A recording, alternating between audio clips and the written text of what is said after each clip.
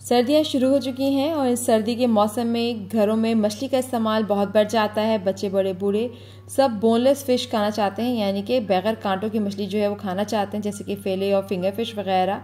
ऐसे में हम मछली की जो कांटे होते हैं उनको डिस्कार्ड कर देते हैं, जबकि ये ग़िज़ाई सेहत और फ़वाइद से भरपूर होते हैं। सबसे पहले तो ये ऑलमोस्ट फ्री होते हैं, बहुत सस्ते होते हैं। दूसरे नंबर पे ये हमारी आँख, बाल, दिल, दिमाग, जल्द और चेहरे के लिए बहुत ही अच्छे होते हैं, क्योंकि इसमें vitamin A, omega 3 fatty acids, iron, zinc, calcium और मिनरल्स पाए जाते हैं। तो ऐसे में क्यों ना इनको ज़ाया करने के बजाय इनसे बहुत ही हेल्दी लेकिन मज़ेदार सी रेसिपी बनाई जाए। अस्सलाम वालेकुम, वेलकम बैक। आज मैं बनाऊंगी मछली के कांटों से बहुत ही मज़ेदार सी रेसिपी। तो चलिए इसको बनाना शुरू करते हैं। इस रेसिपी को बनाने के लिए सबसे पहले मैंने यहाँ पे एक पतीला ले लिया है और उसमें शामिल करूँगी 1/2 कप ऑयल।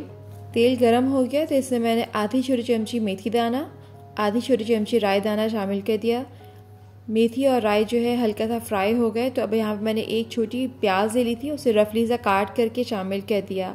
साथ ही एक छोटी हरी मिर्च को स्लिट करके ये भी तेल में डाल दिया है। अब 3 जवे मैंने यहाँ पे लहसुन के ले लिए, उसे मोटा मोटा काट के तेल में डाल के इसे लाइट ब्राउन कर लिया है। अब यहाँ पे मैंने मछली के कांटे और सर ले लिए हैं, जिसका वजन आधा किलो है। इसे तेल में शामिल करके अच्छी तरह फ्राई कर लेंगे।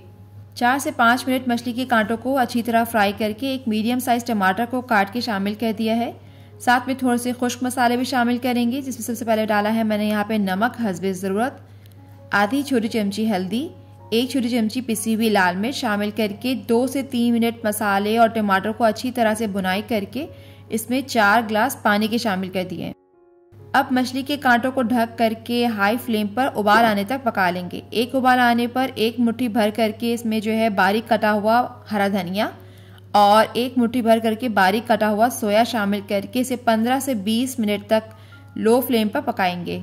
मछली के कांटों की यखनी तैयार हो गई तो अब इससे हम बहुत ही मज़ेदार सा मटर पुलाव बनाएंगे, जिसके लिए मैं थोड़े से खड़े गरम मसाले ले लिए हैं। सबसे पहले मैंने यहाँ पे लिया है सफ़ेद ज़ीरा, साबित सफ़ेद ज़ीरा ले लिया है 1 छोटी चमची, 3 बे लीफ के पत्ते ले लिए हैं, 6 अदद लौंग, 1 बादियान का फूल, 2 हरी इलायची और 1 छोटा टुकड़ा यहाँ पे मैंने दालचीनी का ले लिया है। साथ ही मैंने यहाँ पर 1 मीडियम साइज़ का प्याज लिया है और 2 कैन मटर के दाने ले लिए हैं, जो कि वज़न में आधा किलो है। अगर आपके पास फ्रेश मटर के दाने हैं तो उसका इस्तेमाल करें, वो ज़्यादा मज़े के लगेंगे। तो चलें पुलाव बनाना शुरू करते हैं। पुलाव बनाने के लिए पतीले में मैंने आधा कप तेल डालकर गरम कर लिया और 1 मीडियम साइज प्याज को काट करके शामिल कर दिया। प्याज अच्छा ब्राउन हो गया तो इसे निकाल कर अलग रख लेंगे। उसी तेल में खड़े गरम मसाले डाल के फ्राई करेंगे। फिर इसमें 1 छोटी चमची लहसुन का पेस्ट और 1 छोटी चमची अदरक का पेस्ट डाल के भुनाई करेंगे।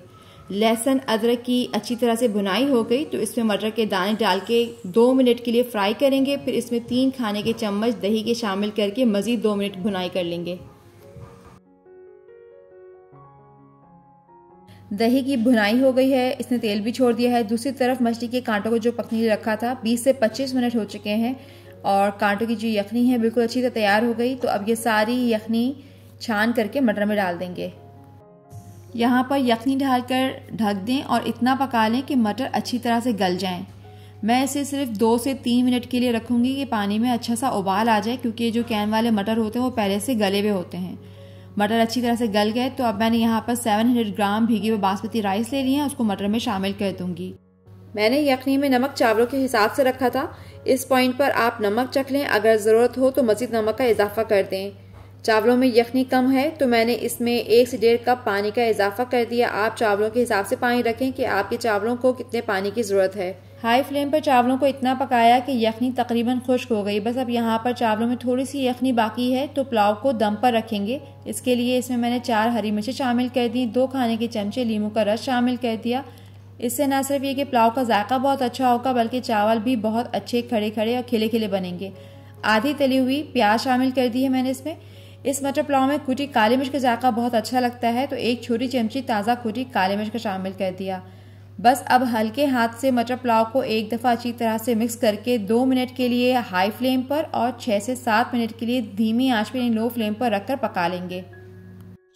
मटर पुलाव यहाँ बिल्कुल तैयार है। ये देखिए इसके चावल कितने खिले खिले बहुत ही ज़बरदस्त बने हैं। बहुत ही खुशबूदार मज़ेदार मटर पुलाव जो है बिल्कुल तैयार हो चुका है। और इसे आप चटनी, सलाद, रायते और कबाब के साथ सर्व करें और एंजॉय करें। उम्मीद करती हूँ कि आपको आज की रेसिपी ज़रूर पसंद आई होगी। अगर पसंद आती है तो लाइक करें, शेयर करें। चैनल पे अगर नए हैं तो चैनल को सब्सक्राइब करना मत भूलें। Thanks for watching. अल्लाह हाफिज़।